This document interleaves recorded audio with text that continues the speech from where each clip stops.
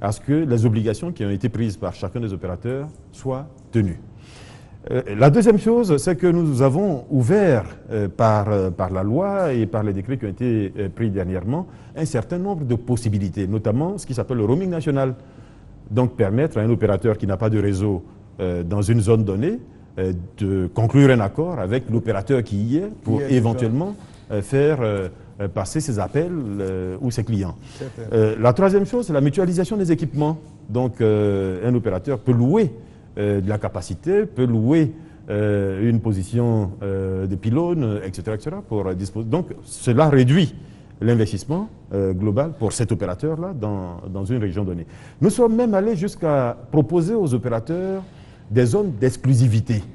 Parce que malheureusement, certaines villes ou certaines régions en Côte d'Ivoire n'étaient pas rentables, tout simplement parce que chacun des opérateurs attendait, en y allant, que les autres y aillent aussi. Donc, en répartissant, évidemment, le marché, cela n'était rentable pour aucun d'entre eux.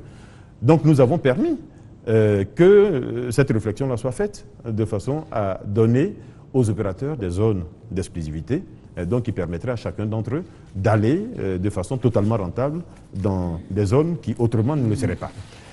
Donc, j'allais dire, il y a un grand nombre de choses qui sont faites. Et puis, nous avons offert désormais le CDMA.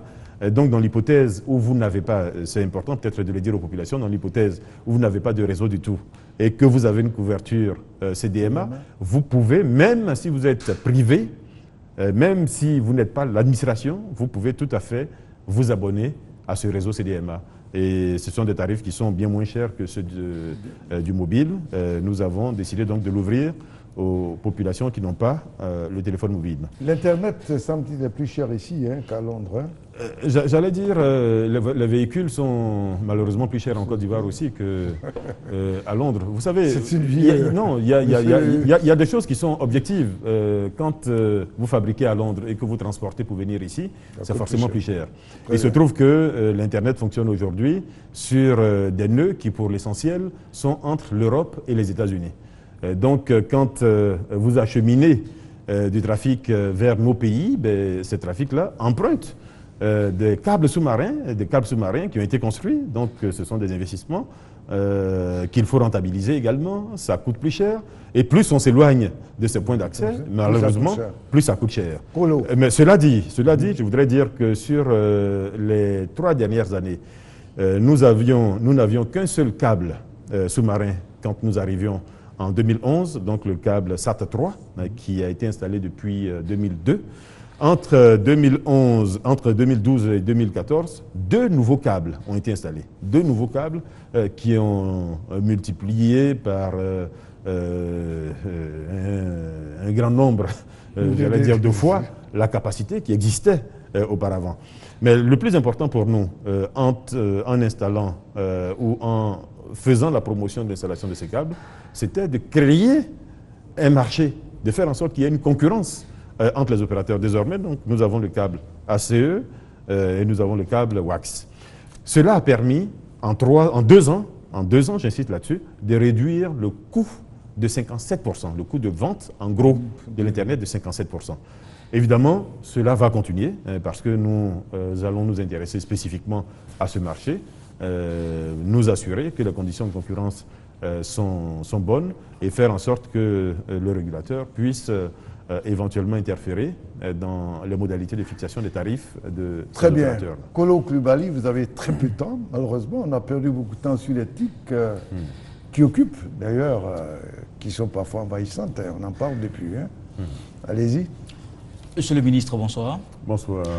La loi sur la poste qui datait de 1976 a été revue il y a environ 2 ans, avec comme innovation l'ouverture du marché, même si on avait constaté déjà sur le terrain une libéralisation de fait. Aujourd'hui, comment est organisé le marché postal? Le marché postal, premièrement, je dois dire que cette loi dont vous parlez remplace une loi de 1976. Donc vous voyez bien le temps qu'il a fallu pour mettre en place une loi qui prenne en compte complètement l'environnement dans lequel nous sommes. Cette loi, aujourd'hui, elle est prise. Cette loi, nous avons fait en sorte qu'elle privilégie un certain nombre d'éléments. Premièrement, c'est qu'elle prenne acte, en quelque sorte, de la libéralisation de fait du marché. Parce qu'il était extrêmement difficile de repartir en sens contraire. Il y avait déjà un grand nombre d'opérateurs privés qui faisaient de l'activité de poste à cause des défaillances de l'opérateur qui, à l'époque, était l'opérateur national. Donc, cette loi, aujourd'hui, prend acte du fait que ce marché est libéralisé, mais donc organise, en conséquence, le marché. Cette loi met en place, par exemple, une autorité de régulation du marché de la poste. Nous avons, par décret, donc signé du chef de l'État, désigné la RTCI comme ce régulateur-là, qui est en train de s'organiser aujourd'hui pour se doter de l'expertise qui lui permettra de faire ce travail-là. Cette loi également prévoit un fonds du service universel de la Poste. C'est vraiment important parce que ça n'existait pas. Et comme vous le savez, la Poste est exercée d'une façon égalitaire sur l'ensemble du territoire. La boîte postale coûte la même chose à Abidjan 01 qu'à Tiémé ou qu'à Tabou. Le timbre, il coûte partout la même chose. Que vous expédiez votre enveloppe de Dabou ou que vous l'expédiez de Bouna, ça va coûter la même chose.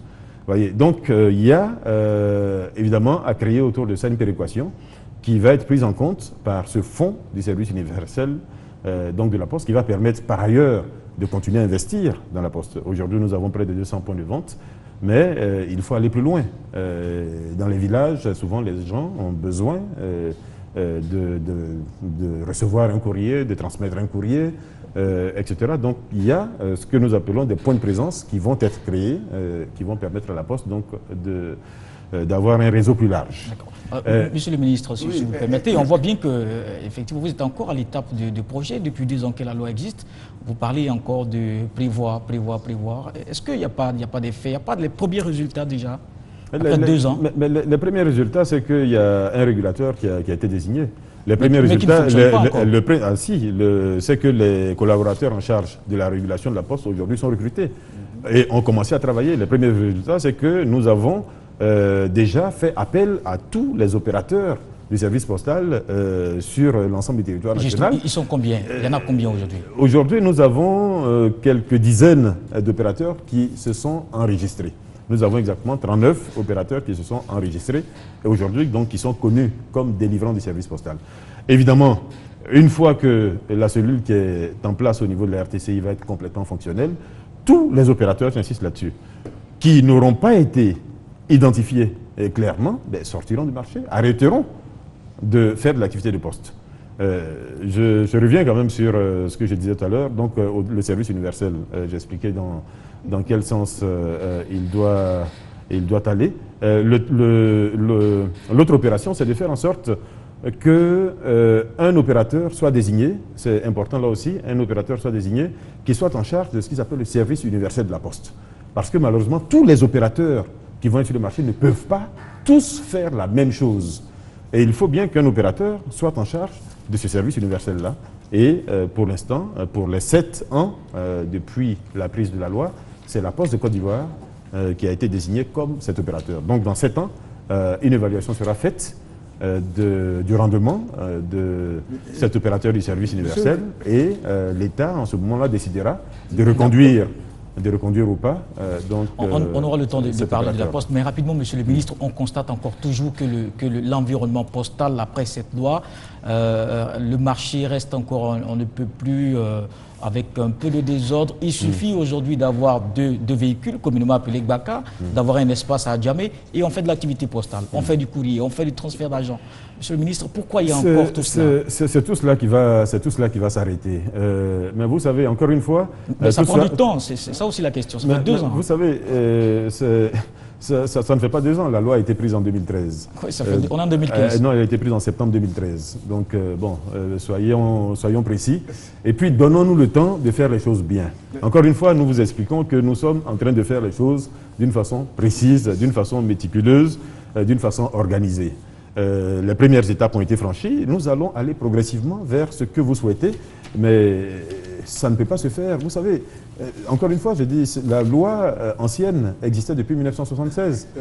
Il a bien fallu que le président Alassane Ouattara arrive au pouvoir pour décider de changer cette loi-là, qui a été changée en 2013. Donc, j'allais dire, saluons déjà cette évolution positive qui a été faite. Et puis, encourageons les pas qui sont en train d'être aujourd'hui posés par cette nouvelle régulation.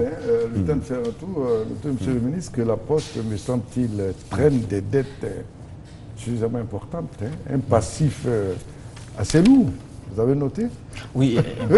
En attendant, alors permettez-nous, Kolo, les téléspectateurs sont quand même prioritaires. Nous allons faire un dernier tour à quelques minutes de la fin de cette émission, un dernier tour pour retrouver Maïsakou.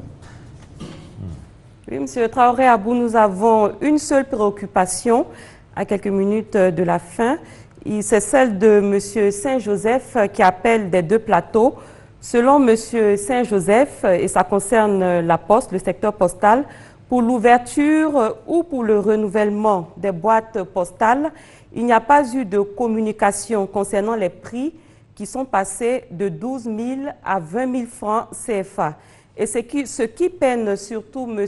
Saint-Joseph, c'est la pénalité à payer qui est de 50% et qui, selon lui, est très élevée. Comment M. le ministre peut-il améliorer sa communication dans ce sens et aussi comment peut-il revoir à la baisse la pénalité? Voilà. Très bien, alors c'est la dernière préoccupation. Le ministre était en train de regarder ses collaborateurs pour s'assurer que 50% ça fait beaucoup. Mais c'est vrai, monsieur le ministre, moi je l'ai payé. Je suis ma boîte. 50% après janvier. Ça, je peux vous dire. Et je peux vous donner le numéro de la boîte, vous allez vérifier. Mais vous notez, Saint-Joseph estime que ces pénalités sont trop élevées. Et ça, c'est une prise de position que je partage. Ok, nous allons, pour rassurer M. Saint-Joseph et pour vous rassurer vous-même, nous allons en parler avec les collaborateurs de la Poste et voir dans quelle mesure il est possible de faire autrement. Mais ce que je voudrais néanmoins indiquer, c'est que chaque année, et ça tous les Ivoiriens le savent, les renouvellements de boîtes postales, c'est chaque année le 1er janvier. Cette date n'a jamais changé depuis 50 ans. Oui. Depuis 50 ans. Mais les choses ont changé. Donc, oui, les choses ont changé, oui. Les choses ont changé, mais j'allais dire, les gens le savent suffisamment longtemps à l'avance. Des rappels sont faits dans la presse, ça je peux l'assurer, des rappels sont faits dans la presse, qui sont nombreux d'ailleurs, ils sont faits quotidiennement pratiquement dans 10 organes de presse tous les jours sur au moins un mois, sur le mois de décembre et une partie du mois de janvier.